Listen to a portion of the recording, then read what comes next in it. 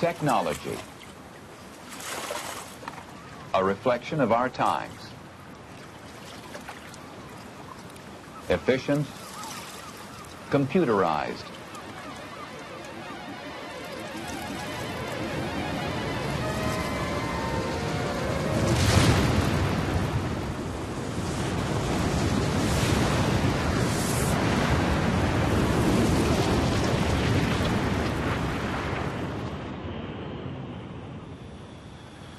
Technology is the human imagination converted into reality.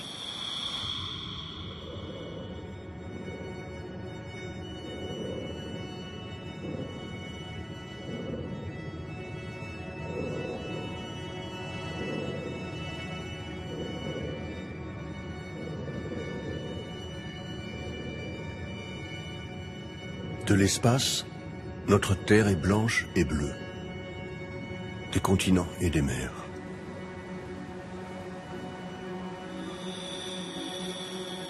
En bas, un paradis. La douceur de l'air, l'odeur de l'iode et la fraîcheur de l'eau.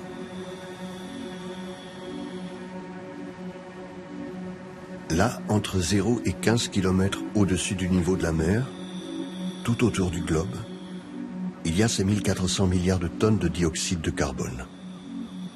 Le CO2 que nous avons émis depuis le début de l'industrialisation. Des milliards de tonnes prisonnières de la basse atmosphère.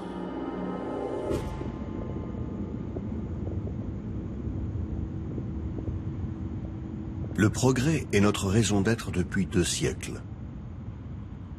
Il a considérablement amélioré nos modes de vie. Il nous a aussi donné le napalm, les pesticides, les déchets radioactifs et le réchauffement climatique. Nous avons durablement altéré notre planète. Aujourd'hui, ça peut se lire dans l'atmosphère, dans les sédiments, dans les roches et dans les glaces.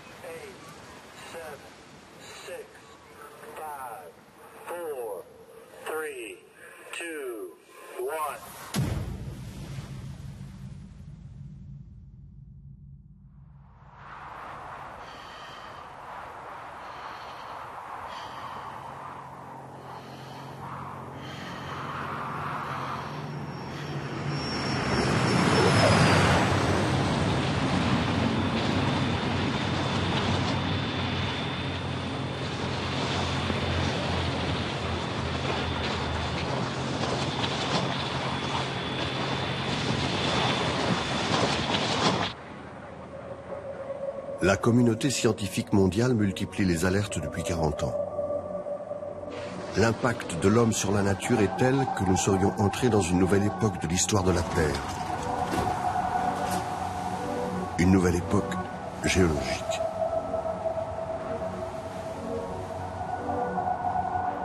Et changer d'époque géologique, c'est peu fréquent. Celle dans laquelle nous vivions jusqu'ici, l'Holocène, a commencé à la fin de la dernière période glaciaire il y a 11 700 ans.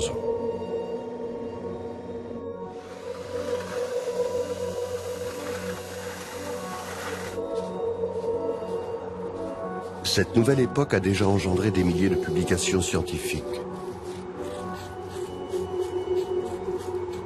Les stratigraphes de l'Union internationale des sciences géologiques ont proposé un terme pour la nommer. L'Anthropocène, c'est-à-dire l'âge de l'homme.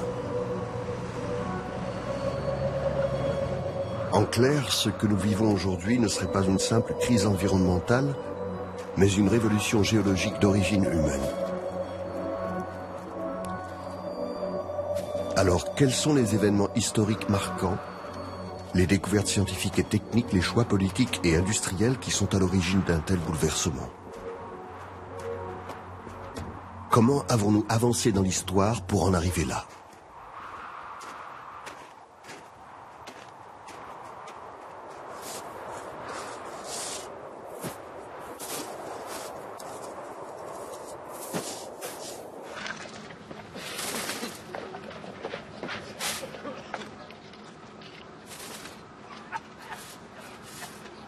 Quand ces images sont filmées, l'homme creuse la terre pour les besoins de son industrie depuis des siècles déjà.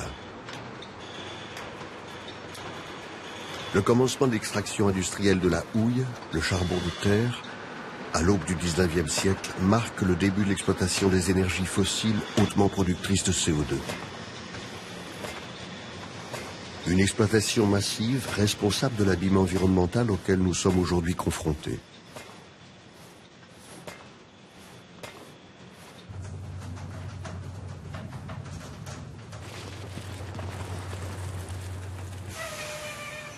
Cette aventure n'a pas débuté en Russie, en Allemagne, en France, ni même aux États-Unis.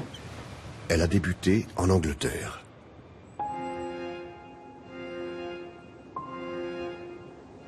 À la fin du XVIIIe siècle, le prix du bois s'envole partout en Europe occidentale. Les forêts, exploitées toujours plus intensément pour approvisionner les foyers, les forges, les ateliers, les petites industries de l'époque, n'y suffisent plus. Les forêts dépérissent. Les savants s'alarment. Que faire face à la pénurie de bois? Comment lutter contre la déforestation et son cortège de désastres, érosion, glissement de terrain, inondations et même déjà changement climatique? Dans la pensée dominante de l'époque, la Terre est une création divine. Une création parfaite. La déforestation est donc une altération périlleuse de la création. L'exploitation du charbon de terre s'annonce alors comme une solution miracle, une solution écologique face à la crise forestière. Le sous-sol pourvoira sans limite les hommes en combustible. Les ateliers tourneront à plein régime et les forêts pourront se reconstituer. C'était il y a 200 ans, aux premières heures de la révolution industrielle.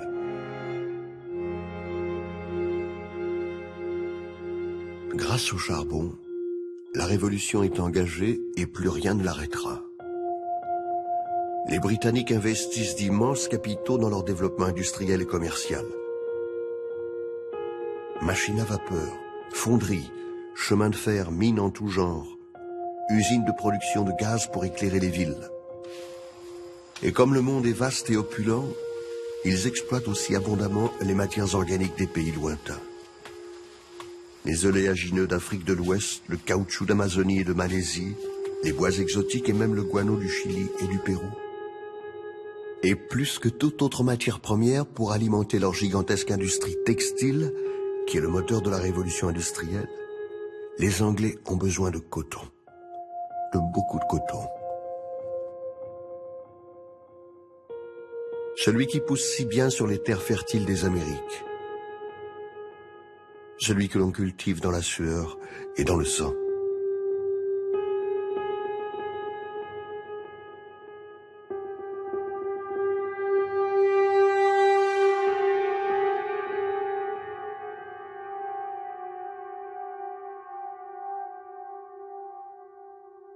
À l'aube du XXe siècle, le globe entier devient le terrain de jeu des puissances européennes qui contrôlent 85% de sa surface habitable.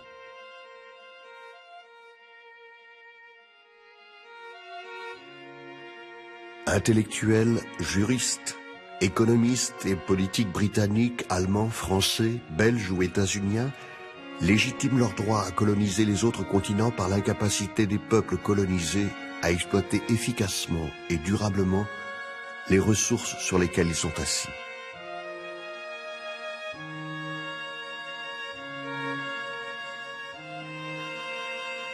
À ce moment-là, l'homme blanc, plus industrieux, plus éclairé par la science, s'octroie le droit à diriger le globe pour, dit-il, mettre ses ressources à disposition de l'humanité.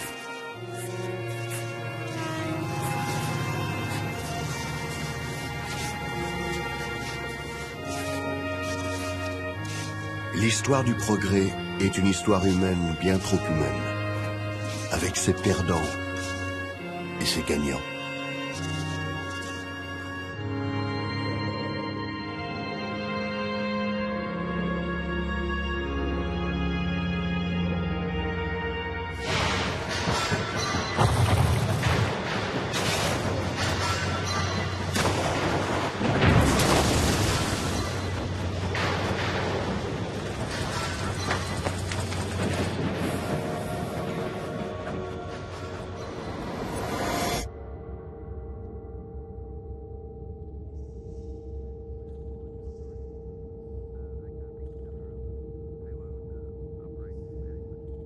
L'exploitation des sols, la progression d'industrie, la colonisation des antipodes, c'est-à-dire l'histoire moderne, est un tout petit moment sur l'échelle des temps géologiques. Imaginez, si l'on rapporte l'histoire de notre planète à une journée de 24 heures, l'homme est apparu dans les 5 dernières secondes. Et l'époque de l'Anthropocène, c'est-à-dire l'époque industrielle, serait apparue dans les 2 derniers millièmes de seconde.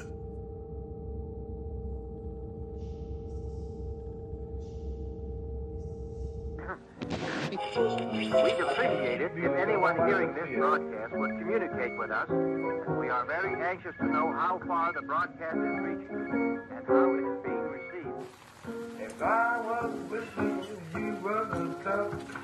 I dive to the bottom and I never come up. Oh, how long do I have to wait? Les cheminées de l'industrie du 19e siècle crachaient d'épaisses fumées et étouffaient les habitants des villes d'Europe de l'Ouest. À l'aube du XXe siècle, grâce au charbon, les Anglais dominaient le monde, mais l'Amérique s'apprêtait à imposer à son tour sa puissance en s'appuyant elle aussi sur le carbone. Au charbon de l'Empire britannique allait s'ajouter une énergie nouvelle. Aujourd'hui, on se dit que le pétrole vient des pays du Golfe.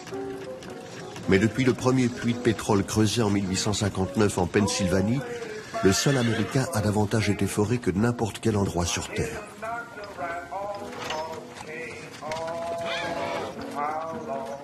Il y a eu dans l'Amérique de la fin du 19e siècle une ruée vers le pétrole, comme il y eut des ruées vers l'or. L'or noir de Pennsylvanie a attiré les explorateurs, les aventuriers et quelques hommes d'affaires bien inspirés.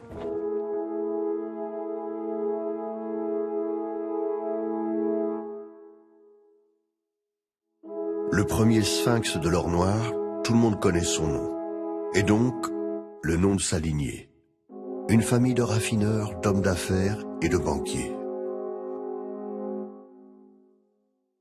Lorsque John Davidson Rockefeller prend sa retraite en 1896, il est l'homme le plus riche des États-Unis et sans doute le plus riche du monde. La Standard Oil, l'entreprise qu'il a créée 30 ans plus tôt, contrôle l'immense majorité du marché pétrolier des États-Unis.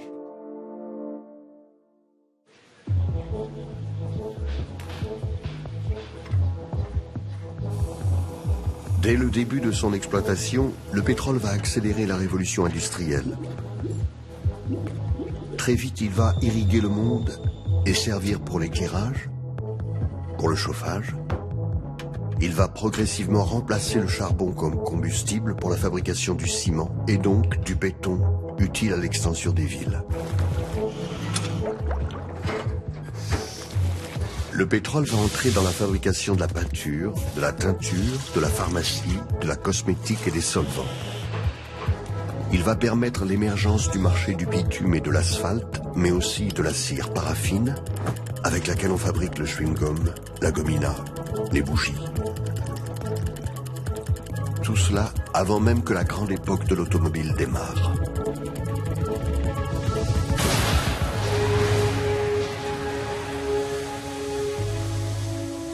Quelle bénédiction le pétrole a été pour l'humanité, s'est exclamé un jour John Davidson Rockefeller. Au regard du progrès, c'est vrai. Et au regard des affaires, c'est vrai aussi.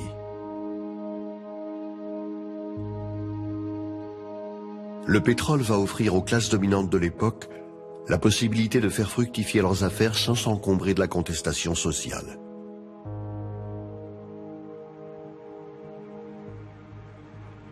Il va permettre aux industriels de contourner les puissants syndicats de mineurs qui se sont constitués pendant tout le 19e siècle en Europe de l'Ouest comme aux États-Unis et qui, en bloquant les mines, peuvent bloquer toute l'économie d'un pays.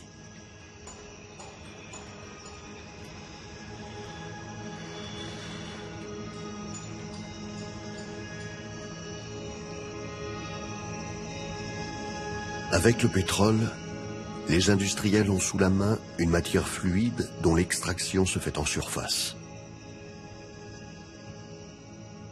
Grâce à cette fluidité, ils n'ont plus besoin de recourir au traditionnel réseau de transport que les ouvriers de la mine pouvaient facilement interrompre.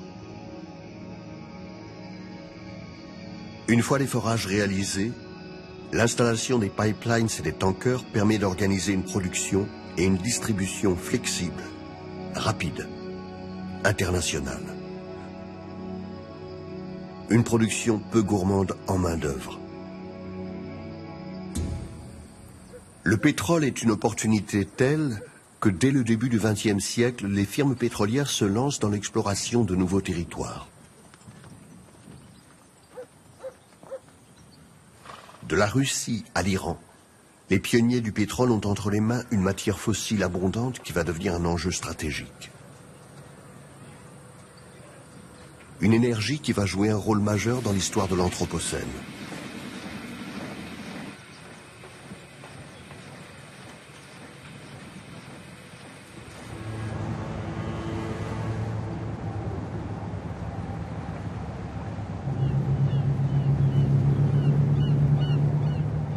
En 1910, la marine anglaise, qui est la plus puissante et la plus développée du monde, abandonne le charbon comme source d'énergie pour la propulsion de ses navires au profit du mazout.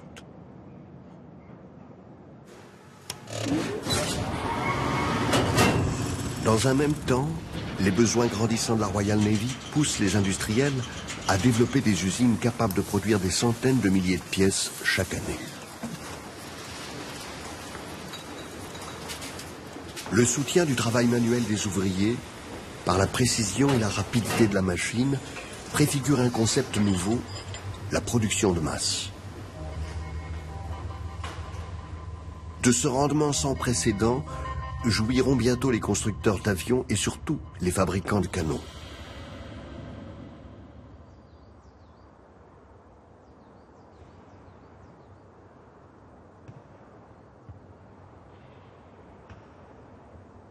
Entre 1914 et 1918, des dizaines de millions d'hommes sont tués sur des fronts figés, statiques, immobiles.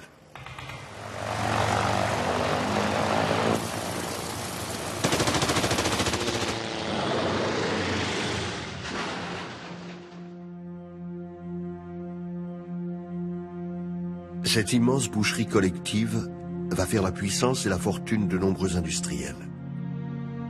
Partout, les entreprises se développent grâce aux commandes massives des États en guerre.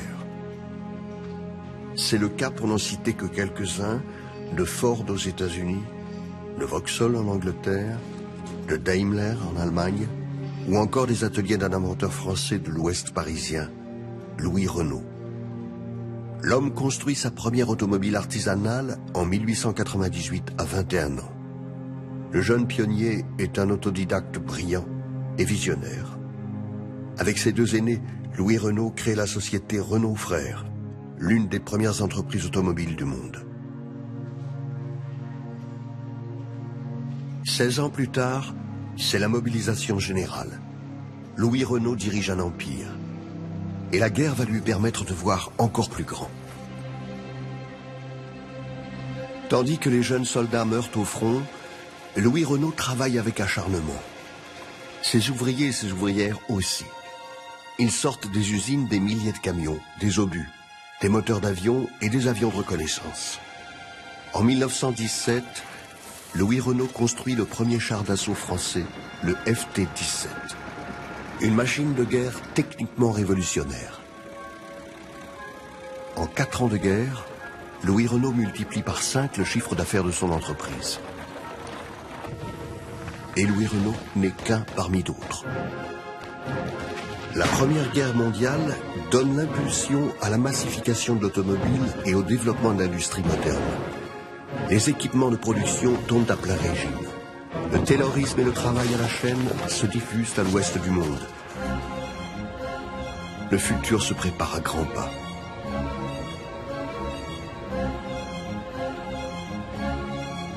Outre-Atlantique, les entreprises américaines bénéficient de commandes considérables. L'excédent commercial du pays explose. Il passe de 400 millions à 3,8 milliards de dollars en 4 années seulement. La guerre stimule les investissements dans la construction navale, l'aéronautique et la production d'engins à moteur. Et pour que cela soit possible, il faut aussi qu'accélère l'extraction charbonnière et pétrolière. Et donc, la production massive de CO2. Notre problème d'aujourd'hui.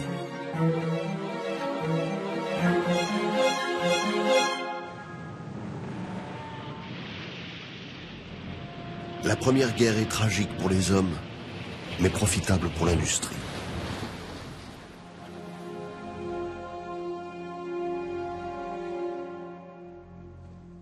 Et dans cette guerre, il n'y a pas que l'automobile, l'aviation, le charbon et le pétrole. Il y a aussi la chimie. Poudre d'explosifs, balles et bombes sortent des usines d'Europe et des États-Unis en quantité sans précédent. L'entreprise américaine DuPont produit près de la moitié des explosifs nécessaires aux forces alliées. En 4 ans, DuPont croît immensément. La compagnie de la côte est américaine passe de 5 000 à près de 50 000 employés. En Allemagne, pour les besoins de la guerre, Fritz Haber, un brillant chimiste, coordonne les recherches des entreprises BASF, Hoechst et Bayer. Haber est l'un des plus grands chimistes de son époque. Pour fournir l'armée allemande en explosifs, il vient de mettre au point un procédé de synthèse de l'ammoniac qui servira de fertilisant dans toute l'agriculture du XXe siècle.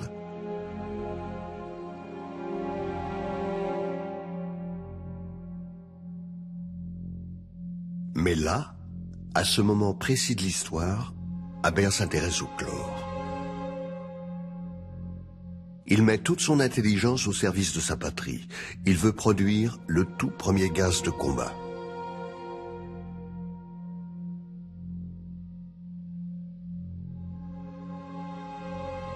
Dans son sillage, les Français et les Anglais développent eux aussi leur propre gaz. La guerre est sale par nature. Elle le devient de plus en plus.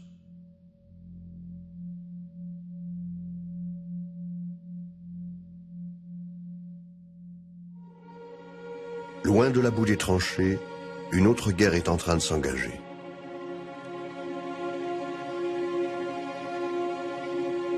L'industrie chimique américaine regarde le savoir-faire et la créativité des chimistes allemands avec envie.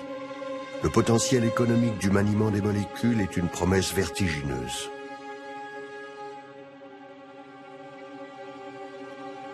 Dès l'entrée en guerre des États-Unis en 1917, le président Wilson crée l'Office de la propriété étrangère. L'Office est chargé de saisir les biens appartenant à l'ennemi. Parmi eux, un précieux butin. Les brevets déposés aux États-Unis par les laboratoires allemands.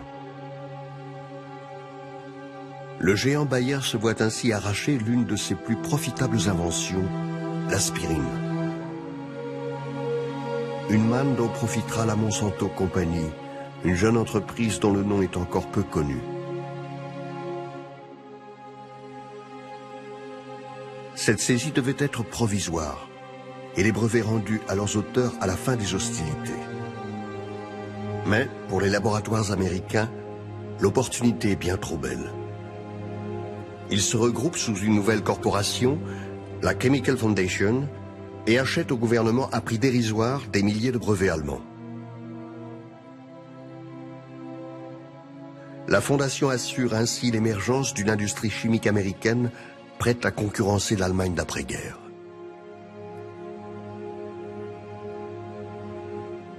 De l'autre côté de l'Atlantique, les chimistes allemands doivent réagir. Pour pallier à la spoliation de leurs brevets, ils s'unissent en 1925 et forment le groupe IG Farben. Le brio des chimistes allemands va pouvoir encore s'exprimer.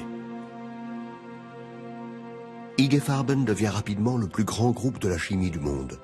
Produits pharmaceutiques, teintures, nylon, plastique, caoutchouc synthétique et pesticides sortent de leur laboratoire.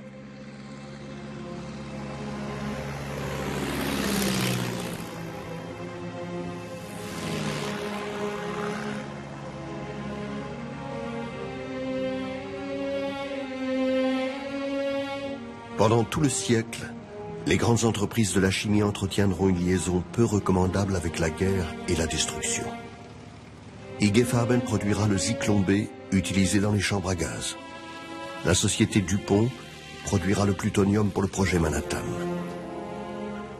Après avoir élaboré ses premiers herbicides, la Monsanto Company cuisinera avec sa consoeur Dow Chemical l'agent orange de la guerre du Vietnam.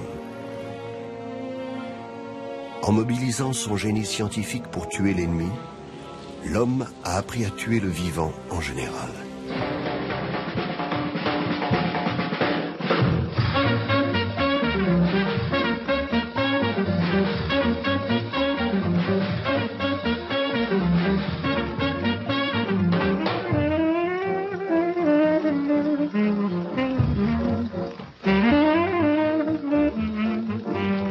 En 1918, l'Amérique s'affirme comme la nouvelle grande puissance mondiale et swing au son du jazz des clubs de Chicago et de New York.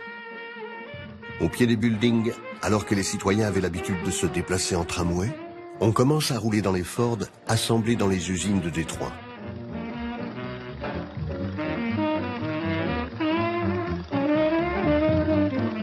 À un rythme métronomique, les Derrick aspirent leur noir pour irriguer le monde industriel.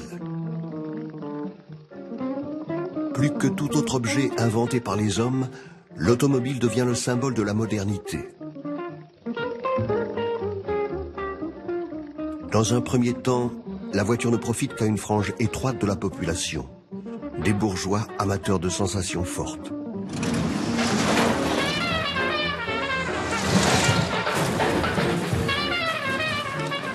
Elle constitue une nouvelle nuisance et un nouveau danger pour la population.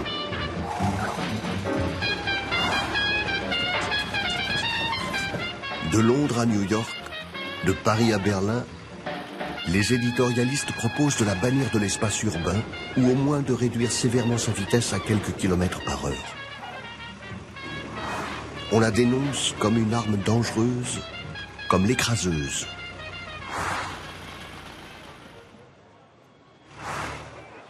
L'automobile impose dans la ville une nouvelle discipline et rend impossible les jeux d'enfants dans l'espace public.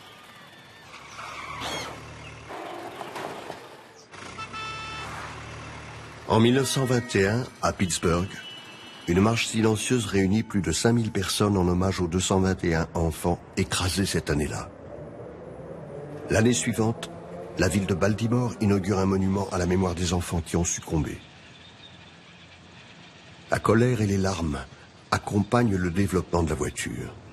Et le lobby automobile fait entendre aux piétons que la rue ne leur appartient plus. Please, lady. Always look at the traffic signal before you step from the curb. Passage piéton, feu rouge, goudronnage, voie rapide, rond-point, parking transforment progressivement la physionomie des villes pour les adapter aux écraseuses. En 1922, tandis qu'une procession de 10 000 enfants remonte les rues de New York pour prévenir des dangers de l'automobile, un homme puissant, Albert P. Sloan, patron de General Motors, crée un groupe de travail.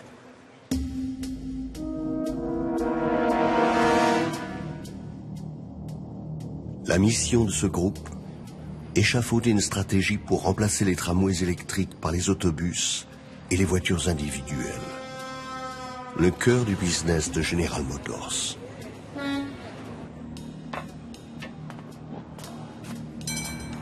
À ce moment-là, aux États-Unis, 1200 sociétés de transport font circuler leurs tramways sur plus de 40 000 km de voies. 300 000 personnes travaillent pour ces petites et moyennes compagnies privées. Des millions de voyageurs empruntent ces tramways chaque jour. Sloan est un entrepreneur. Il voit grand. Il veut se tailler une part du marché.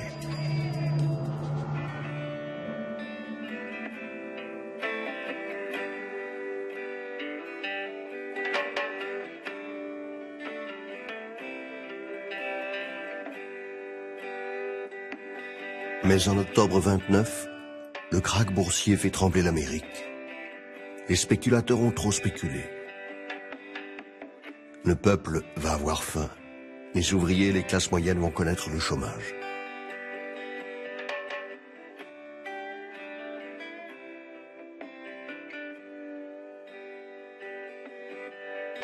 Les industriels et les banquiers qui depuis des décennies enregistraient des bénéfices records sont violemment touchés. Les grands noms, Merrill, JP Morgan, Goldman Sachs, constatent l'abyssal effondrement de leurs avoirs. La famille Rockefeller voit son patrimoine fondre comme neige au soleil. Winston Churchill perd 500 000 $. Même Groucho Marx perd 240 000 $ dans la crise. La production de pétrole, de charbon, d'automobiles diminue drastiquement. En moins de 3 ans, General Motors, toujours dirigé par Sloan, voit son action perdre les 3/4 de sa valeur. Les industriels, les hommes d'affaires vont devoir se refaire. Sloan a toujours ses satanés tramways en tête. Et là, prises dans la Grande Dépression, les sociétés de tramway sont elles aussi fragilisées. Nous sommes au milieu des années 30. Pour Sloan, c'est le moment de passer à l'action. La suite de l'histoire est consignée dans un rapport de 100 pages rédigé pour le compte du Sénat américain par Bradford Snell, un procureur spécialiste des lois antitrust.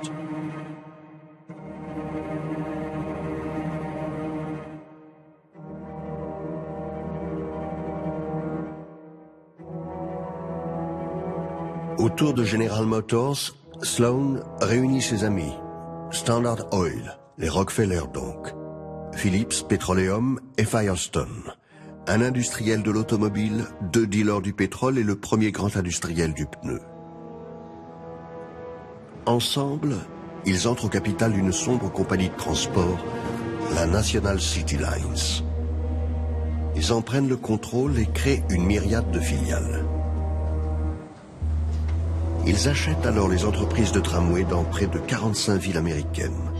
Des petites villes et d'autres aussi importantes que Détroit, New York, Oakland, Philadelphie, Chicago, Saint-Louis, Los Angeles.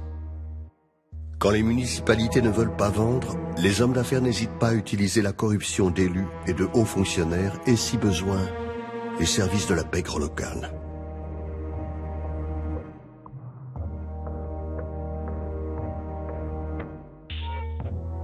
En 10 ans, les industriels démantèlent des dizaines de milliers de kilomètres de tramways électriques pour les remplacer par des bus à essence, créant ainsi de nouveaux débouchés pour leur propre marché. L'industrie automobile et l'industrie pétrolière. La fin des tramways américains n'est pas un détail de l'histoire, c'est un marqueur. Un symbole d'une pensée univoque du progrès. L'Amérique, comme les autres pays industriels qui vont aussi démanteler leur propre réseau, le font au détriment d'un transport collectif moins encombrant, moins polluant. Les affaires sont les affaires.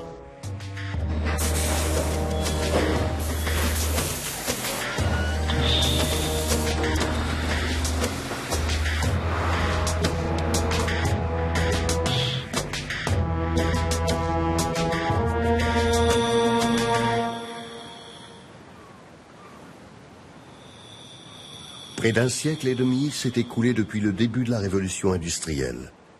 La population mondiale a doublé. Des nations, des villes, des entreprises se sont développées à une vitesse vertigineuse. Aux États-Unis comme en Europe, la crise de 1929 a projeté dans la pauvreté des millions de femmes, d'hommes et d'enfants. En Allemagne, le nationalisme est en train de s'éveiller. Et le monde va devoir, à nouveau, accélérer son développement technique et productif.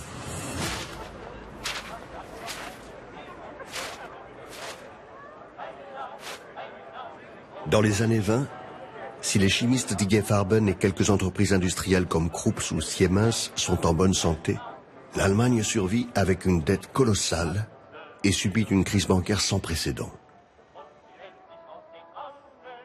La panique s'est emparée du peuple allemand dès que les journaux ont annoncé la véritable situation du pays, incapable de faire face à ses engagements. Les épargnants se sont rués vers les banques pour en retirer les dépôts qu'ils leur avaient confiés.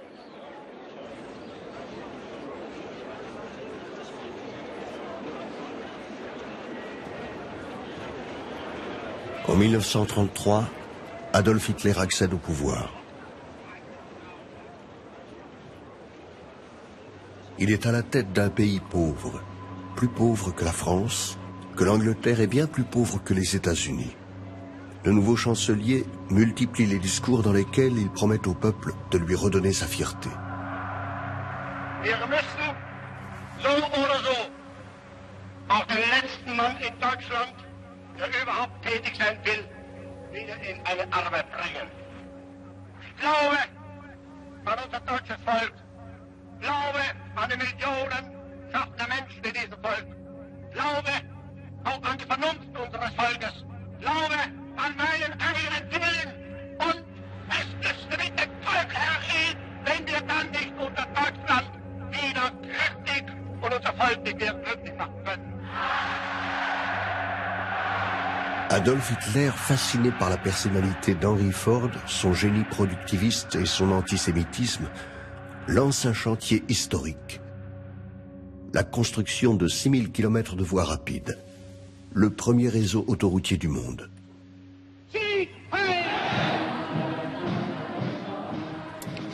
Les explosifs et les bombes vont précocement commencer à jouer leur musique.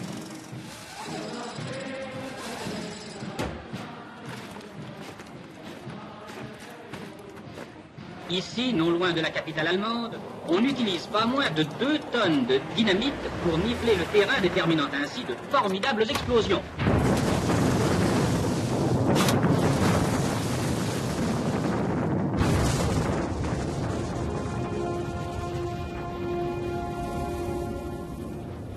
Pour les 1000 km d'autostrade créés en Allemagne, il a été remué 160 millions de mètres cubes de terre, c'est-à-dire le double de ce qu'il a fallu déplacer pour creuser le canal de Suez. Dans l'Allemagne nazie, la construction de voies rapides ne répond à aucun besoin immédiat. Le pays est encore très faiblement motorisé. L'objectif est tout autre: occuper la main-d'œuvre en préparant la guerre. Les autoroutes devront permettre les déplacements des troupes et des blindés vers tous les fronts.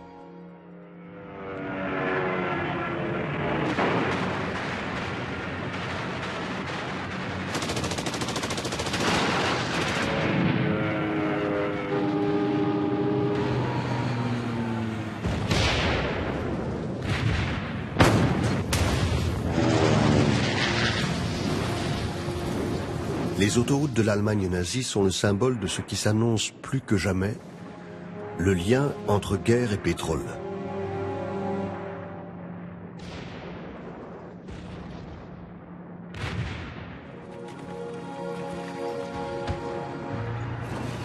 La Seconde Guerre mondiale marque effectivement un saut énergétique si radical qu'elle représente un moment sans précédent dans l'histoire de l'Anthropocène.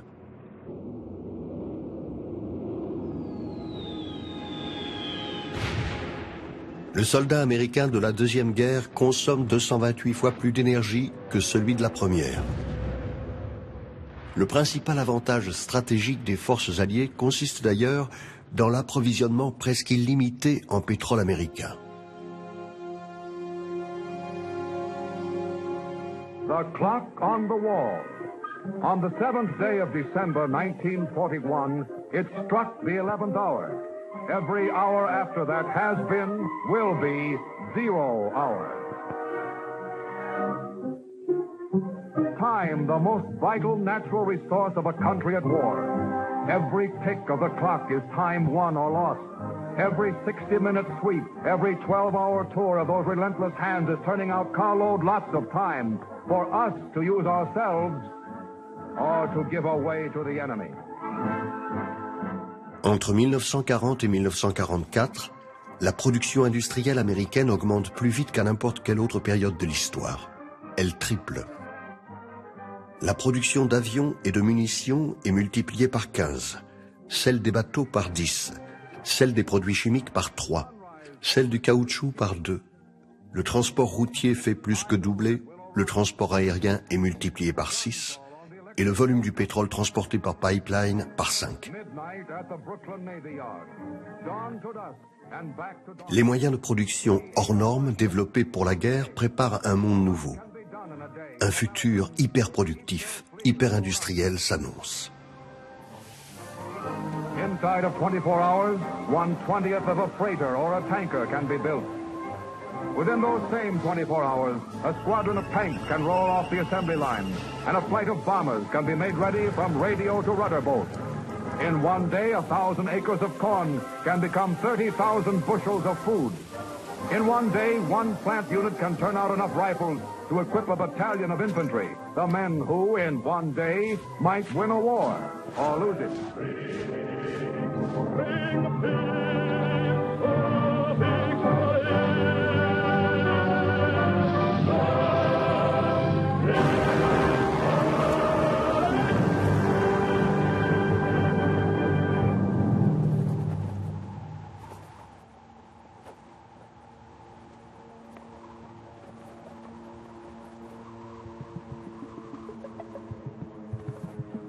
Après-guerre, l'organisation du travail développée pour l'industrie militaire devient la norme.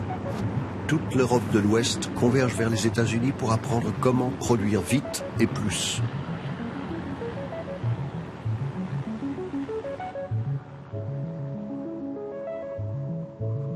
Tout semble devenir possible. La puissance des hommes va pouvoir s'exprimer sans limite grâce à de nouvelles machines, de nouveaux moyens pour les travaux publics, l'agriculture ou encore pour la pêche. La reconversion des technologies de guerre dans l'industrie civile préfigure un futur d'abondance. Le nylon développé par la compagnie Dupont pour fabriquer des parachutes, des gilets pare-balles, des pneus spéciaux permet la fabrication de filets de pêche longs de plusieurs kilomètres et donc le développement de la pêche industrielle d'aujourd'hui.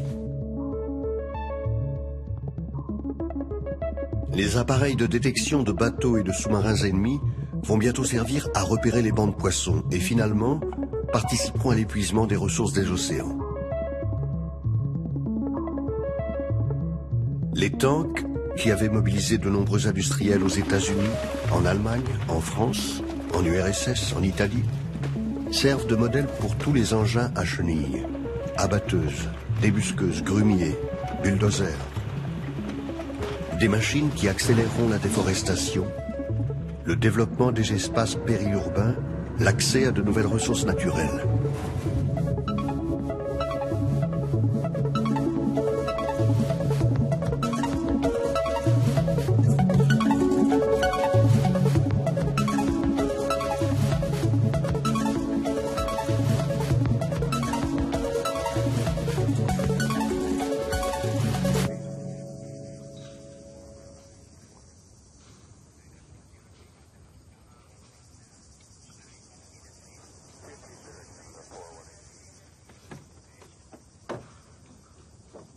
La Seconde Guerre va finalement permettre d'atteindre un paroxysme du génie humain.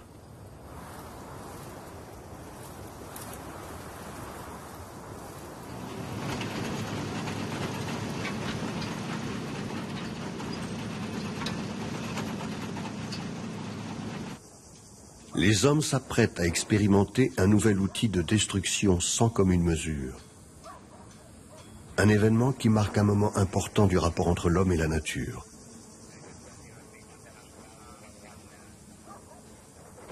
Le 16 juillet 1945, loin d'une Europe en cendres, dans la vallée désertique de Jornada del Muerto au Nouveau-Mexique, des centaines de scientifiques s'apprêtent à procéder à la première explosion nucléaire de l'histoire. Le nom de code de cet essai, Trinity.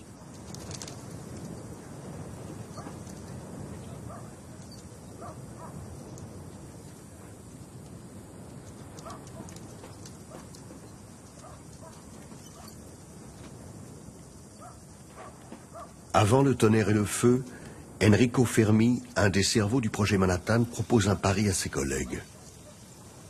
L'explosion, par la chaleur qu'elle dégagerait, pourrait-elle enflammer l'atmosphère et causer la fin du monde? Le pari est ironique. Les atomistes du projet Manhattan savent mieux que quiconque qu'ils jouent avec le feu.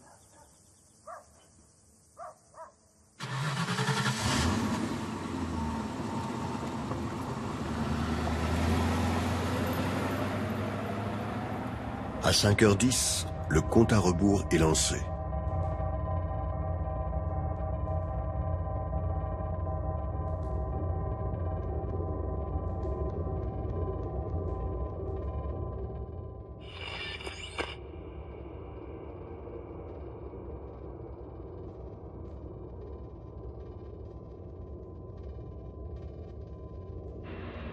This time round, stakes are kind of high. Oh, it's going to be all right, Robert. And I'm sure we will never be sorry for it. Well, we'll know in 40 seconds.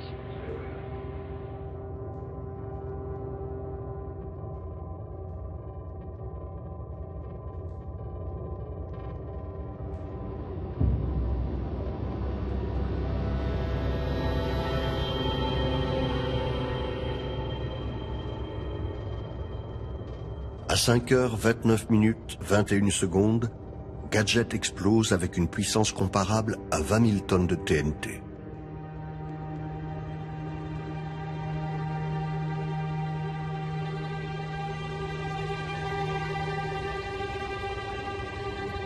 L'explosion laisse pour toujours une trace dans le sol et les esprits.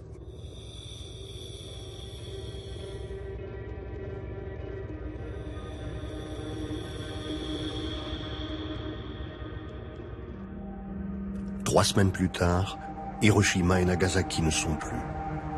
La destruction de ces deux villes a obéi à une volonté politique plus que militaire.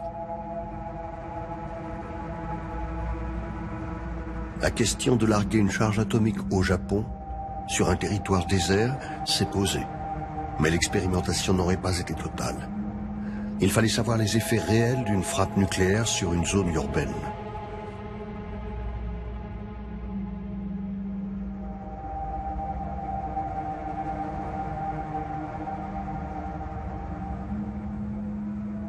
And this is what the Jap sees. His cities, his factories, in ruins. A lot of you out there are probably asking, well, why show us this? The war's over. Well, we wanted to let you in on one of the big secrets of the war. Thought you might be interested. Yes, you're right. The war is over, and we won it. And by we, I mean the foot soldiers, the men at sea, the crews who flew the missions, you men and women who worked in the factories, the scientists who gave us radar and the atomic bomb. That was all part of winning the war. But now there's a matter of the peace. Most of the men in uniform will be returned to civilian life. Likewise, factory workers will go back to producing civilian goods. But our scientists must go on perfecting old inventions and developing new ones for the security of our nation at peace.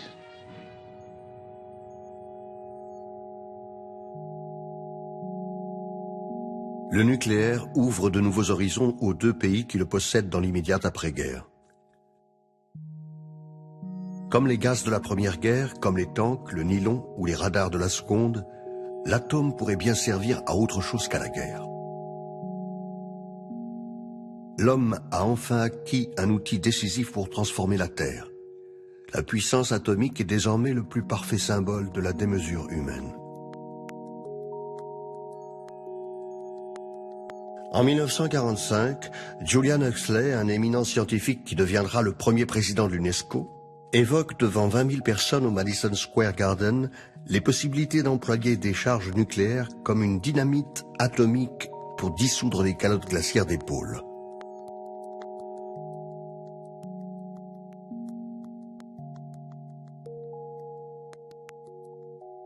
D'autres personnalités de l'époque parlent d'abattre des montagnes, de déplacer le cours des rivières, d'irriguer les déserts, de mettre la vie dans des régions où l'homme n'a jamais mis le pied, d'exploiter les minerais inaccessibles et encore de modifier le climat.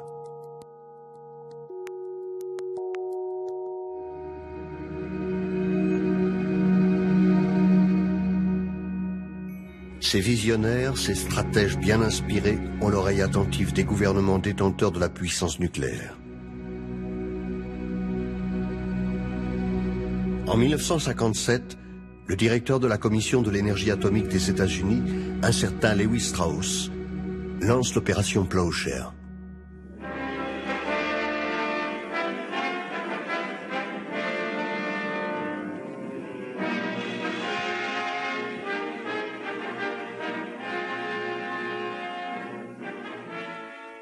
Lewis Strauss est un ancien homme d'affaires. Officier de la Navy pendant la guerre, il s'est hissé jusqu'à de très hautes fonctions dans l'administration publique. Strauss est devenu un promoteur du nucléaire américain. Pour lui, l'utilisation civile du nucléaire doit permettre de créer une atmosphère mondiale d'opinion favorable au développement et à l'essai d'armes. Le projet Plowshare est une boîte de Pandore. Les promesses folles du feu, des radiations, des explosions pourraient bien s'en échapper. Enormous energy, relatively inexpensive, compact and easily transportable. This is the new power tool that Plowshare would add to man's resources of useful energy, to do jobs never before practical or even possible. Oui, l'impossible est peut-être à portée de main. Le nucléaire, puissance de mort et de destruction, pourrait servir l'homme et le rendre encore plus grand, encore plus fort dans son combat contre la nature. What are these actual applications? Some will be dramatic in their effect, as nuclear explosions move huge masses of earth in excavation jobs, reshaping the geography of the land in dimensions never before possible to meet the needs of man. Needs he can see as he struggles against the geography nature has pitted against him. How can the recovery of natural resources be increased to meet man's ever-growing needs? Plowshare underground engineering may be one of the answers. Nuclear explosions deep underground break and splinter huge areas of rock. These massive effects may permit highly promising recovery of resources that have been impossible or economically impractical to extract from the earth. Where present land travel is awkward, costly, time-consuming, and dangerous. Excavating mountain passes for highways and railroads. Where water navigation is thwarted by imposing barriers of earth. Excavating canals. Voilà donc les ingénieurs de Plowshare qui envisagent de creuser un nouveau canal en Amérique latine. Entre deux zones géographiques, leur cœur balance. Ce sera au Panama, à l'aide de 300 bombes nucléaires, ou bien en Colombie, en enterrant 764 charges nucléaires. Ils réfléchissent à utiliser la bombe H pour réaliser un port artificiel au Cap Thompson, en Alaska. Ils planifient de construire une autoroute à travers les Bristol Mountains, dans le désert du Mojave, en faisant exploser 22 engins nucléaires.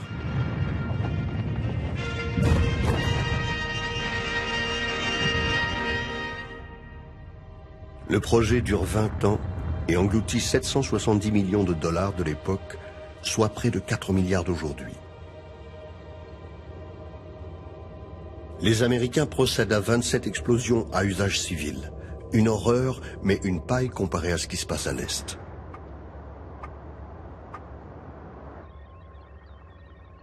Forcément, de l'autre côté du monde, les Soviétiques ne laissent pas les Américains courir seuls en tête.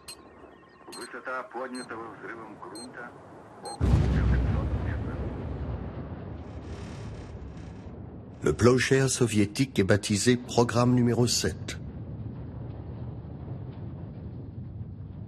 Il est plus dévastateur encore. Pour la recherche d'usage civil, les Russes réalisent près de 150 explosions nucléaires.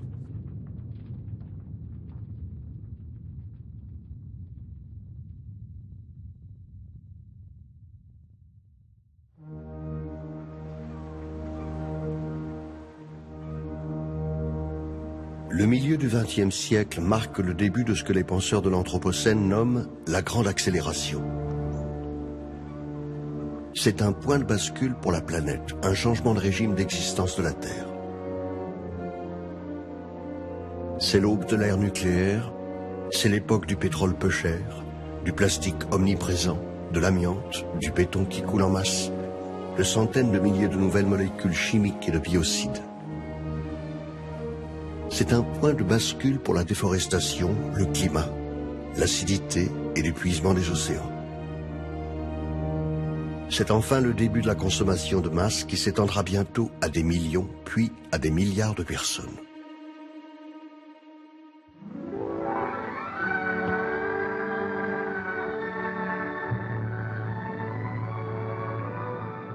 Après-guerre, l'Américain moyen ne rêve pas d'extractivisme par le nucléaire ou de nouveaux canaux commerciaux. Les familles aspirent à autre chose. Today, however, Americans look forward to our return to peaceful things. La guerre a été un sacrifice pour chacun. L'enjeu est maintenant de se construire une vie paisible.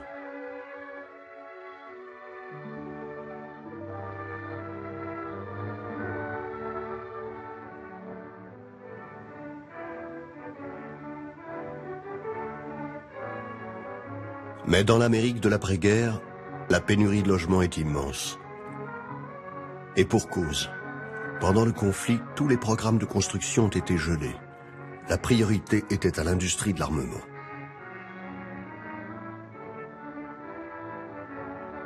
Aux abords de Chicago, de Los Angeles, de New York, partout sur le territoire, des familles des vétérans sont logées dans les bus, les caravanes ou dans des campements de fortune. Il faut que quelque chose se passe.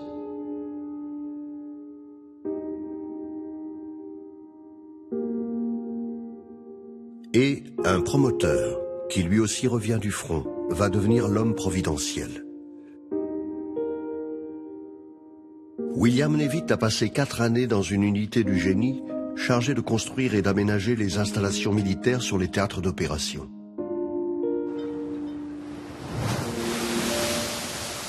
Il y a découvert la fabrication en série adoptée par l'armée américaine pour édifier au plus vite, à partir d'éléments préfabriqués et faciles à assembler, ses bases de vie et ses bases logistiques.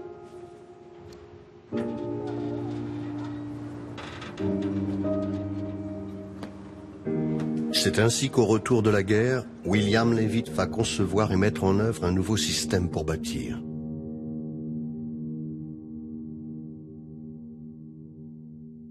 The idea that came to a man named Bill Leavitt was this. Why not apply to the building of houses the same principles that have brought other American industries to their unexcelled peaks of efficiency and service? Why not mass produce the elements that go to make up a house, just as the auto industry does with the parts that go into a new car? Pre-cut your lumber so it's all ready to be assembled into the frame of a house.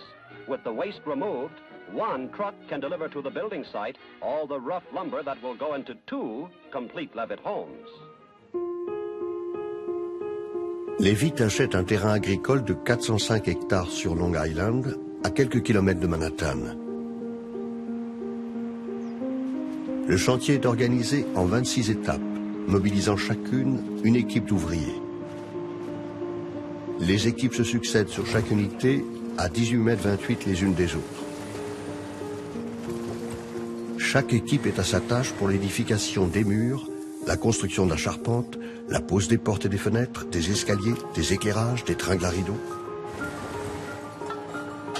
Les maisons sont identiques. Les familles vont bientôt y vivre un bonheur tranquille, confortable et standardisé. À Long Island, l'entreprise Leavitt & Sons érige 17 000 maisons en 2 ans. Un record. Leavitt était un précurseur, un homme au flair formidable. La performance donne naissance à un nouveau modèle de ville, des lotissements périurbains structurés autour de voies de circulation, les bien nommés Leavitt Towns. Yes, this is it, my hometown.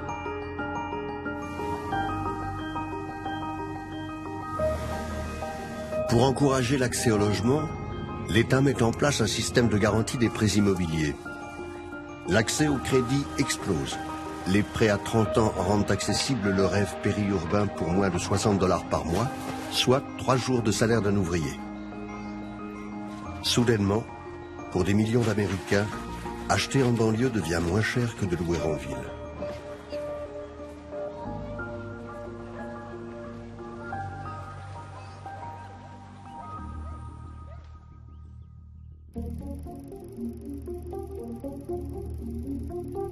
Mais dans ce moment de l'histoire, l'Amérique et avec elle le reste du monde ratent l'occasion d'un développement technique qui aujourd'hui semblerait tellement vertueux.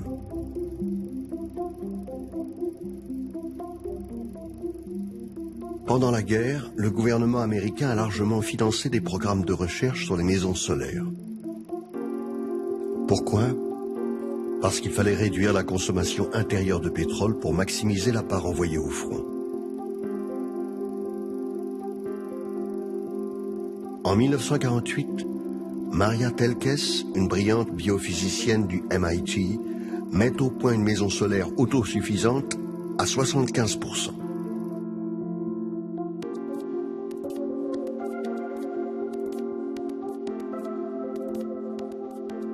Des dizaines d'autres universités travaillent à leurs propres projets. De petites compagnies développent et vendent des centaines de milliers de chauffe-eau solaires. En Floride, au début des années 50, 80% des habitations sont équipées. Pour de nombreux architectes, journalistes ou personnalités de l'époque, le solaire devient une sorte d'idéal. À ce moment-là de l'histoire, le solaire semble se préparer un avenir radieux.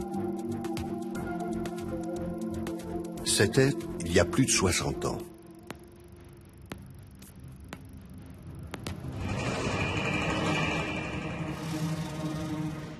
C'est l'aberration de l'électricité produite au charbon qui va pourtant s'imposer. Les fournisseurs d'électricité et les grandes entreprises d'équipements électriques comme General Electric ou Westinghouse, soutenus par les producteurs de charbon et les compagnies ferroviaires qui le transportent, n'ont aucun intérêt à ce que le solaire s'impose. Ils vont donc organiser et financer ensemble des campagnes marketing nombreuses et efficaces. I never realized there were so many electric servants myself. There are lots of them. And one at a time or all together, they make quite a difference in the way we live. That's why every housewife wants them. The latest models with the newest improvements. Because she knows that you really begin to live when you live better. Electrically. You can make your family's life much brighter. You will find your work much lighter. It's as easy as can be to live better electrically. You can have... Il ne s'agit plus seulement de chauffer les maisons, il faut aussi être capable de les refroidir. Le climatiseur fait son apparition. La promesse de la maison électrique invite à un confort nouveau. Les industriels de l'électricité se vendent en inventeurs du futur et se rapprochent de Leavitt et de ses amis. You can have your cake and you can eat it. Make life sweet, it's hard to beat it. What a thrill to be so free when you live electrically. Pour que le chauffage, la climatisation et le tout électrique deviennent la norme, les grands fournisseurs et équipementiers de l'électricité concluent des deals avec les promoteurs pour équiper leurs lotissements en imposant aux acheteurs le raccordement à leur réseau électrique. Les industriels de l'électricité et du bâtiment signent ainsi la mise à mort du développement de l'énergie solaire.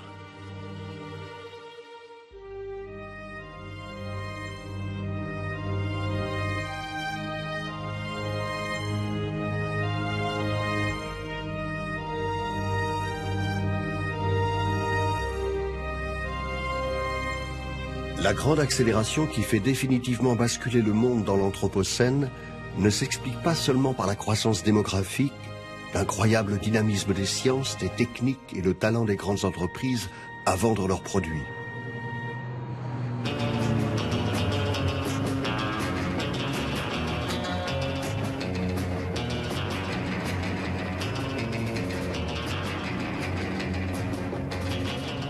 Plus que toute autre chose, c'est la guerre froide qui, en opposant capitalisme fordiste et communisme productiviste, engage le monde dans une course effrénée.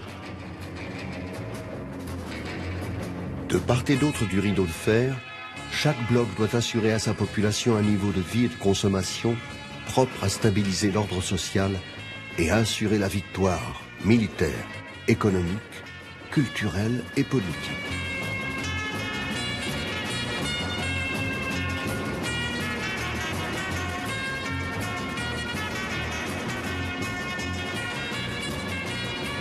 Les deux idéologies s'affrontent au nom des peuples. Les citoyens américains vivent une sorte de liesse collective. La voiture, symbole absolu, est désormais accessible à tous. Tandis que l'URSS est faiblement motorisée, l'Amérique bat tous les records. En 1955, aux États-Unis, près de 10 millions d'automobiles sortent des usines du pays et près d'un actif sur 6 travaille directement ou indirectement pour l'industrie automobile. En 1956, le président Eisenhower, fortement marqué pendant la guerre par la splendeur des autoroutes d'Hitler, lance un immense programme de construction de voies rapides.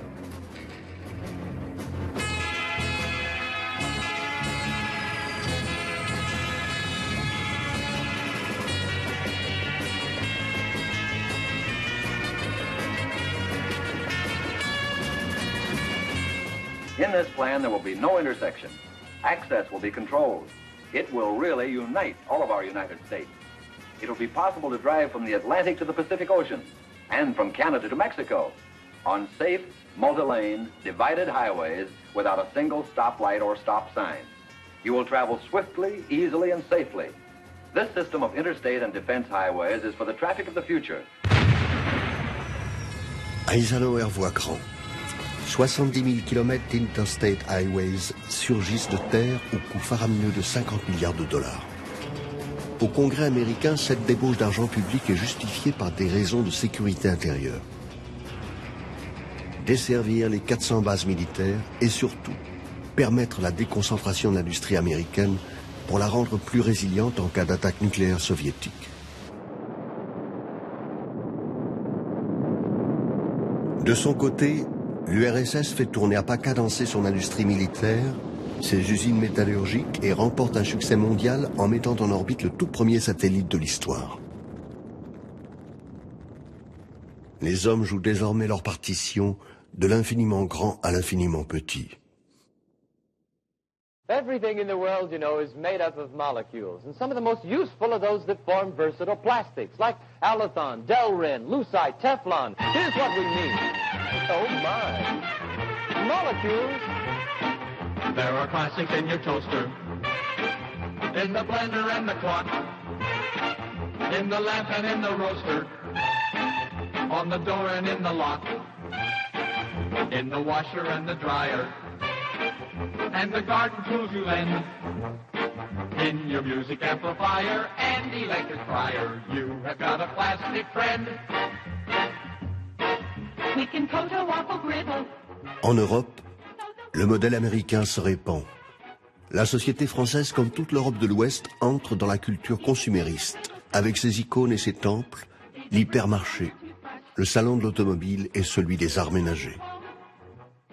In a bottle made for squeezing or a tray for freezing, with the plastic you're at home. In your engine and your chassis. La consommation de masse alimente la forte croissance économique et celle encore plus forte des émissions de CO2. Batteries and zippers, these are just a few. Cameras and skylights, these are merely highlights. In the world of plastics, all of us were made for one we wouldn't trade for. All of us were made for you.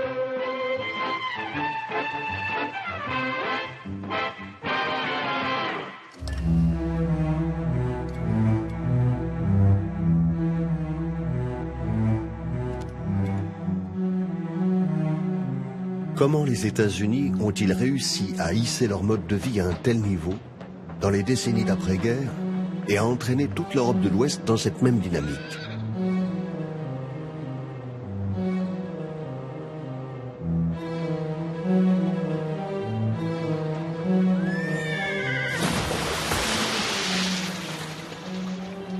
Pour comprendre ce qui s'est passé, il faut revenir de nouveau dans l'immédiate après-guerre. Entre 1939 et 1945, le produit national brut américain a quadruplé. À la fin de la guerre, tandis que l'Europe est ruinée, les États-Unis possèdent d'immenses stocks de devises. Ils produisent et consomment 60% du pétrole mondial, assurent 60% de la production industrielle du globe et pèse un tiers du PIB mondial. Mais cela peut-il durer ?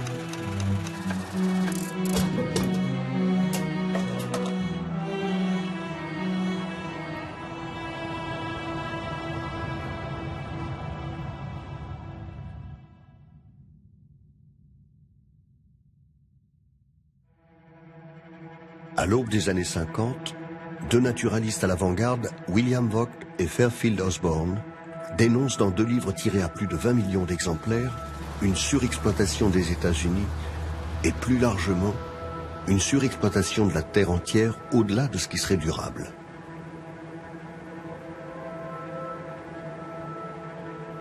Les deux naturalistes invitent l'espèce humaine à cesser son combat contre la nature. Ils appellent à une limitation de la consommation des ressources naturelles du globe.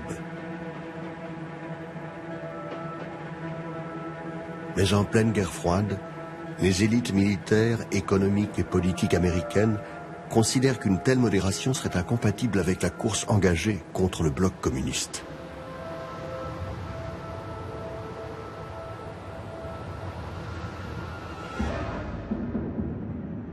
En 1951, le président Truman prend le dossier en main. Il commande un rapport à une commission parlementaire dirigée par William Samuel Paley, un homme d'affaires et de médias. Truman veut que la commission réfléchisse à l'approvisionnement américain en matières premières sur le long terme. Après plusieurs mois de travail, la commission Paley propose de mobiliser les ressources mondiales pour sécuriser l'Occident, tout en préservant les ressources américaines pour le futur. Les alertes des naturalistes sont balayées. La croissance doit se poursuivre coûte que coûte.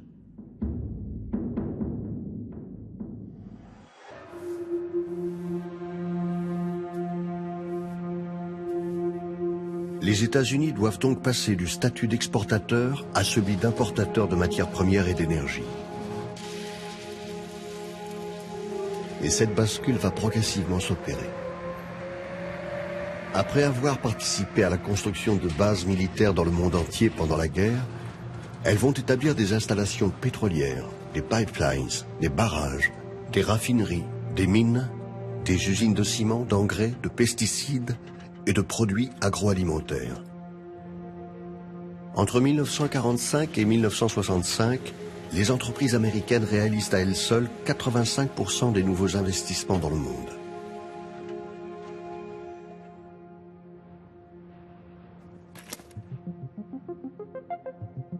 Depuis longtemps déjà, les pays capitalistes industrialisés avaient la main sur de nombreuses ressources en Asie, en Afrique, en Amérique et au Moyen-Orient. De ces territoires coloniaux, l'Europe a déjà profité sans mesure. Mais là, dans le contexte de guerre froide et de course au progrès, l'exploitation des pays du Sud change d'échelle. Les États-Unis et l'Europe occidentale drainent de plus en plus massivement les matières premières du reste du monde. Uranium, aluminium, pétrole, bois, produits agricoles. Dans cette fuite en avant, le bloc de l'Est doit lui aussi se mobiliser. Les investissements entamés pendant la guerre dans l'industrie lourde et l'industrie militaire se poursuivent. L'URSS exploite intensivement son territoire et ses ressources. Un emballement productiviste qui débouche progressivement sur les catastrophes écologiques que l'on connaît.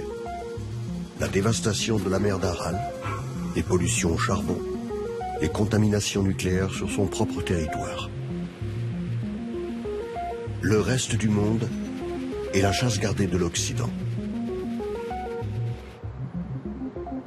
Au fil des décennies, l'Afrique, le Moyen-Orient et l'Amérique latine sont vidés littéralement de leurs matières premières au profit des pays occidentaux qui n'en finissent plus de vivre de plus en plus confortablement.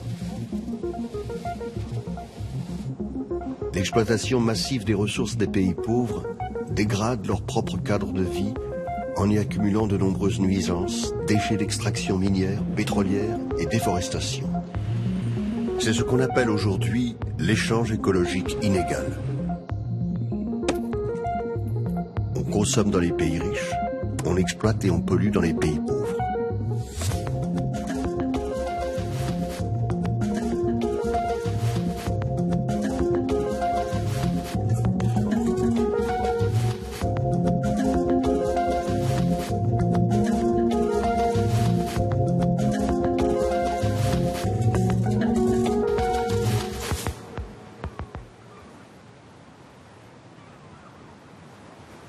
Le basculement du monde dans l'Anthropocène ne s'est pas joué sur la seule progression de l'industrie militaire, sur ses débouchés civils ou sur l'exploitation des pays pauvres. Il s'est aussi joué sur le terrain de l'agriculture.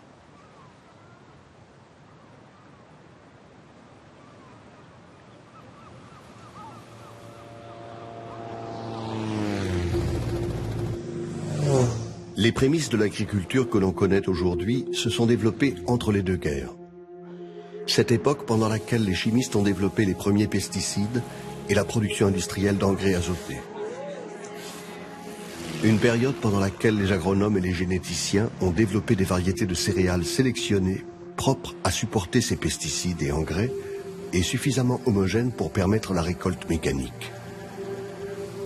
Une période pendant laquelle les Américains ont développé leur premier maïs hybride, quand l'URSS soviétique, l'Italie fasciste, l'Allemagne nazie et les Européens dans leurs colonies ont mis en place de sévères programmes de dirigisme semencier.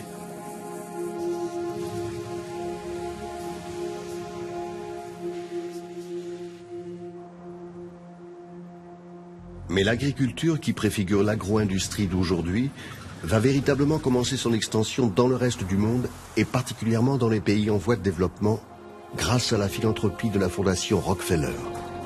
Une fondation qui agit dans de nombreux domaines tels que l'éducation, la culture, la médecine, la biologie et l'agriculture.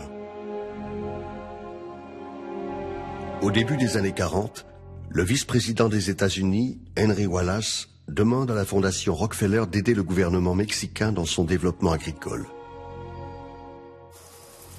Le Mexique peine en effet à nourrir sa population. Pour le gouvernement américain, comme pour les Rockefeller d'ailleurs, c'est un problème. Une famine au Mexique pourrait déboucher sur des instabilités politiques et risquerait de porter atteinte à leurs investissements massifs dans cette région du monde.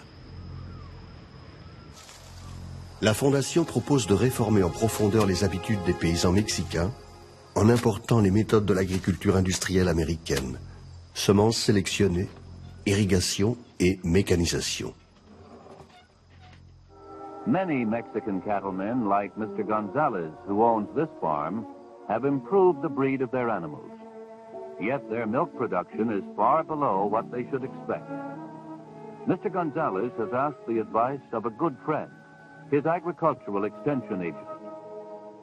The station researcher gives Mr. Gonzalez some stalks and explains to him how to plant the grass on his own farm. Mr. Gonzalez can learn through his own experience whether it will really help him solve his problem of feeding his cattle and of increasing their milk production. More food for more people. The Mexican Ministry of Agriculture, with the cooperation of the Rockefeller Foundation, is helping Mexican farmers and cattlemen to adopt many similar improvements. It is also the story of a small but vital part of an international campaign to help end hunger among the people of the world.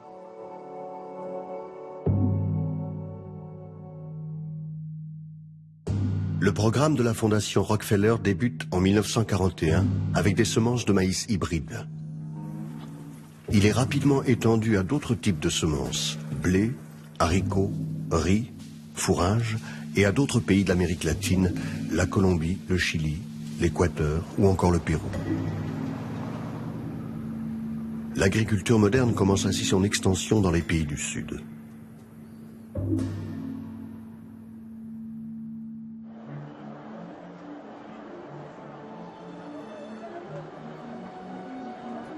Le programme mexicain va en inspirer un autre, plus vaste, plus stratégique encore. Cette fois, nous sommes à la fin des années 50, en pleine guerre froide. L'Inde est enlisée dans une importante crise alimentaire. L'augmentation de la production agricole n'a pas suivi l'accroissement rapide de la population et la guerre a laissé des cicatrices. Pour l'Occident, cette crise est un danger. Elle pourrait déboucher sur une révolution rouge, une préoccupation qui s'invite dans la campagne électorale américaine. What areas do you see where the United States might take the offensive in a challenge to communism over the next 4 to 8 years? I believe that India represents a great area for affirmative action by the free world. India, under a free society, has been making some progress. But if India does not succeed, with their 450 million people, she can't make freedom work, then people around the world are going to determine, particularly in the underdeveloped world, that the only way that they can develop their resources is through the communist system.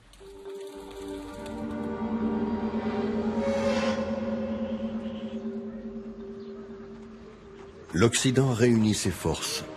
La Fondation Rockefeller, la Fondation Ford, l'Agence des États-Unis pour le développement international et la Banque mondiale se mobilisent pour soutenir le gouvernement indien dans la transformation de son agriculture. L'idée, déployer à grande échelle en Inde ce que la Fondation Rockefeller a expérimenté au Mexique et en Amérique latine. Convertir la vieille agriculture d'autosuffisance des petits paysans en une agriculture intensive et moderne. Oui, l'Inde devrait réformer ses méthodes archaïques. Oui, même les années normales, on ne donne guère à manger au bétail que des parcelles de mauvaise paille hachées. Oui, il faudrait secouer dans certaines régions le fatalisme et l'apathie des hommes, qui se contentent d'attendre l'assistance du ciel et de regarder travailler leurs femmes.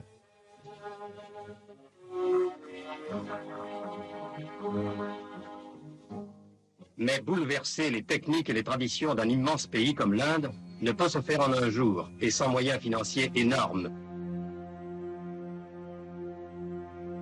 Un agronome, brillant sélectionneur de blé, va faire le lien entre le Mexique et l'Inde. Norman Borlaug. L'homme a fait ses armes chez le chimiste Dupont pendant la guerre, puis dans le programme mexicain de la Fondation Rockefeller. Là, il a mis au point un blé à très haut rendement, un blé global susceptible d'être cultivé sur tous les continents. Il est tout naturel qu'au début des années 60, Borlaug soit missionné pour conduire le programme indien. Ces variétés créées au Mexique sont parfaitement adaptées. Elles nécessitent cependant deux conditions incontournables, l'utilisation d'engrais et l'irrigation massive. Forte du soutien des fondations et des scientifiques américains, l'Inde investit des dizaines de millions dans cette nouvelle agriculture et dans ce qui va avec. Elle subventionne massivement l'accès aux nouvelles semences, aux machines modernes, tracteurs, pompes, tuyaux d'irrigation, moissonneuses, batteuses, aux engrais et pesticides adaptés à ces semences. De la chimie et du matériel produits à cette époque essentiellement par des grandes firmes américaines et européennes de l'agrobusiness. La révolution verte est en marche. Borlaug reçoit le prix Nobel de la paix en 1970 et l'Asie entière se convertit progressivement à l'agro-industrie.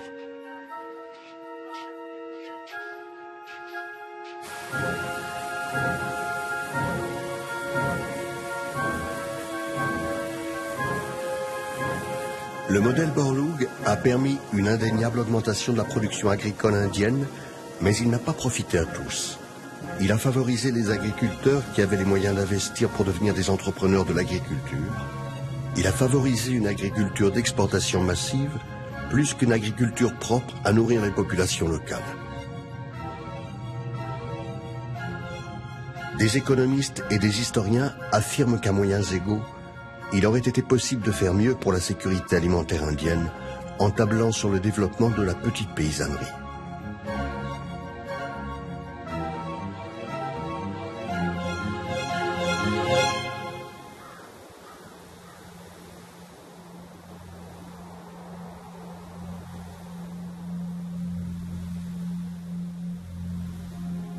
L'agriculture industrielle, qui s'est désormais répandue partout dans le monde, est un événement majeur dans l'histoire de l'Anthropocène. Ses effets sur la nature sont ravageurs.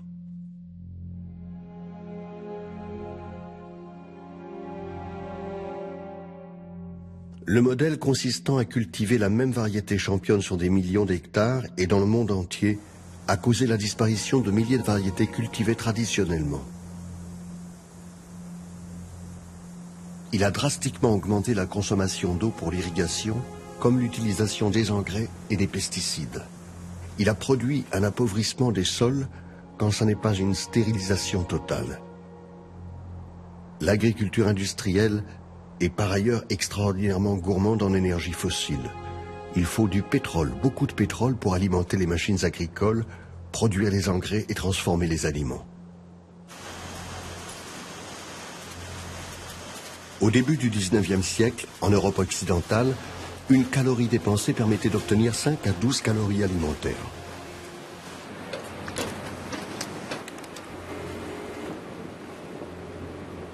Aujourd'hui, dans des pays comme la France, les États-Unis ou le Danemark, une calorie dépensée ne permet d'obtenir que 0,7 calories alimentaires. Avec son industrialisation, l'agriculture est devenue énergétiquement déficitaire.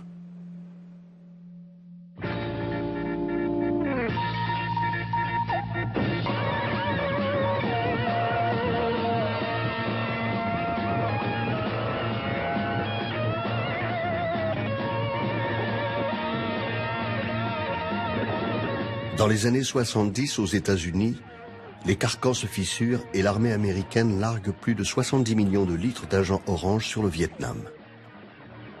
Il s'agit toujours de chimie, mais il ne s'agit plus de production agricole.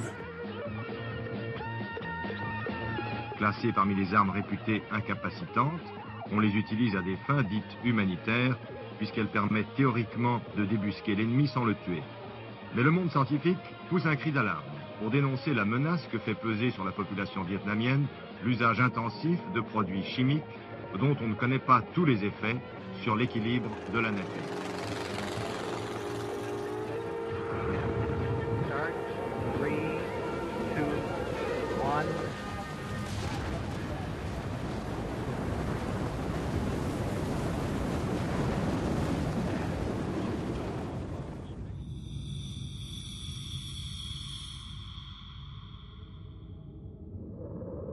En 1972, la mission Apollo 17 rapporte la première photographie de la Terre dans son entièreté.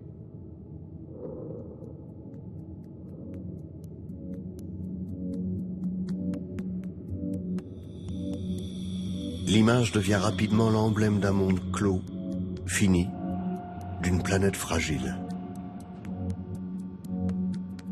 La même année, un groupe d'experts, de hauts fonctionnaires et d'industriels de plus de 50 pays, le Club de Rome, commande un rapport à une équipe de chercheurs du MIT.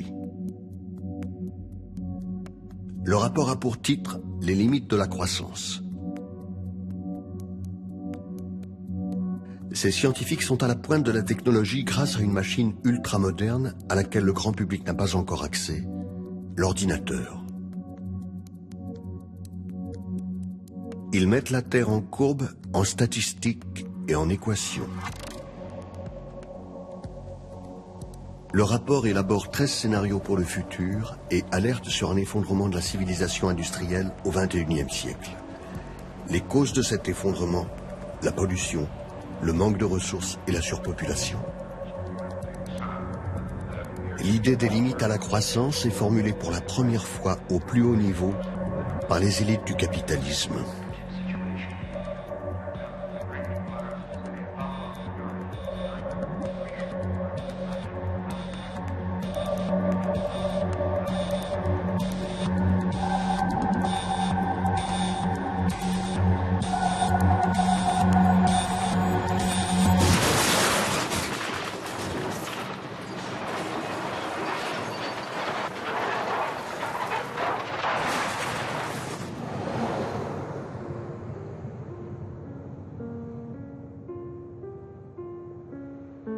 En 1973 et 1978, deux chocs pétroliers se succèdent.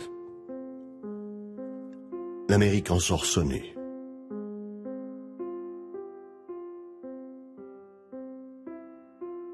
Le 15 juillet 1979, le président des États-Unis, Jimmy Carter, prononce un discours retentissant devant 65 millions de téléspectateurs. Human identity is no longer defined by what one does, but by what one owns. But we've discovered that owning things and consuming things does not satisfy our longing for meaning. We've learned that piling up material goods cannot fill the emptiness of lives which have no confidence or purpose. Les chocs pétroliers ont fortement marqué les esprits. Le président Carter questionne frontalement le consumérisme débridé de l'époque. Ses conseillers l'invitent à conduire la nation vers une transition énergétique en développant les énergies renouvelables afin de réduire les besoins en pétrole. Le président américain veut envoyer un signal fort. Pour signer l'engagement de l'Amérique vers une ère nouvelle, il fait installer des panneaux solaires sur le toit de la Maison-Blanche.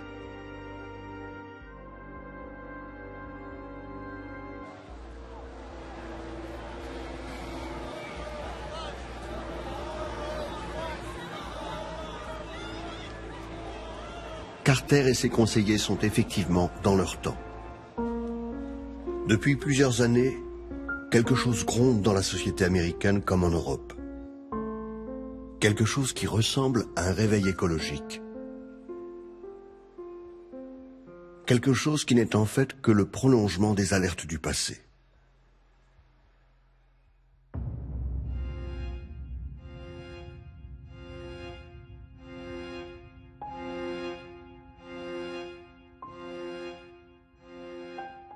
Des milliers de procès sur la pollution industrielle encombrent les archives et témoignent de l'ancienneté des dommages environnementaux.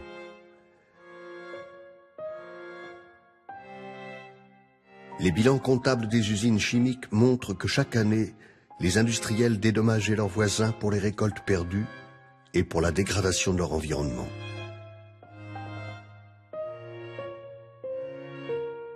La révolution industrielle, avec son cortège de pollution, ne s'est pas faite dans une inconscience modernisatrice. Les médecins du XVIIIe et XIXe siècle faisaient de l'environnement le déterminant essentiel de la santé.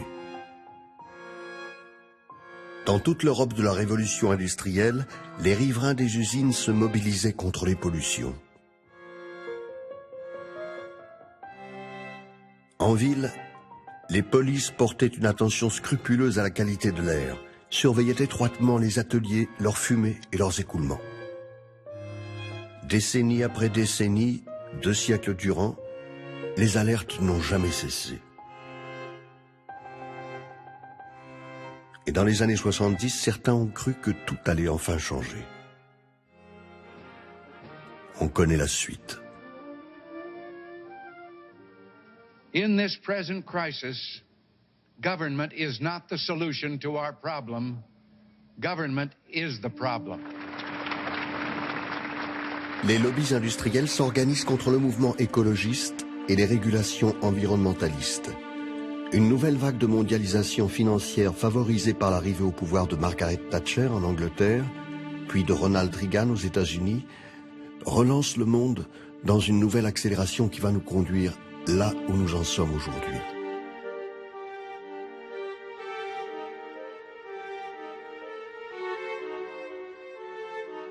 Les hommes et les femmes que nous sommes deviennent chaque jour des consommateurs de plus en plus gourmands, compulsifs et nombreux.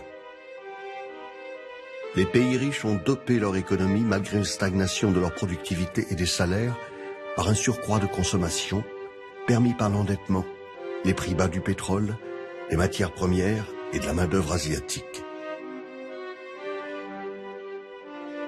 La Chine, l'Inde, le Brésil sont devenus les ateliers et les greniers du monde. Ils sont désormais aussi de gigantesques producteurs de CO2 et de pollutions multiples.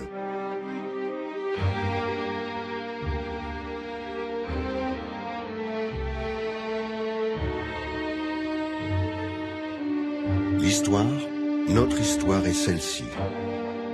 Celle d'une course effrénée. Celle de 2 siècles de passion, de sueur et de sang. Dans ces 2 siècles, les volontés de puissance ont déchaîné les innovations technoscientifiques, aussi brillantes que destructrices. Dans ces 2 siècles, une course à l'accumulation de richesses a creusé des inégalités de plus en plus profondes d'un pays à l'autre, d'un continent à l'autre. Dans ces 2 siècles, la consommation est devenue le moteur économique et l'antidote à la contestation sociale.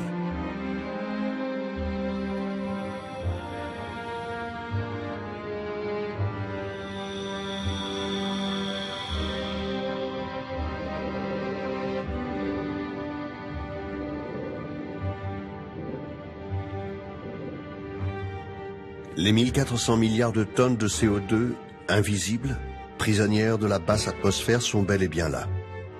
La biodiversité décline.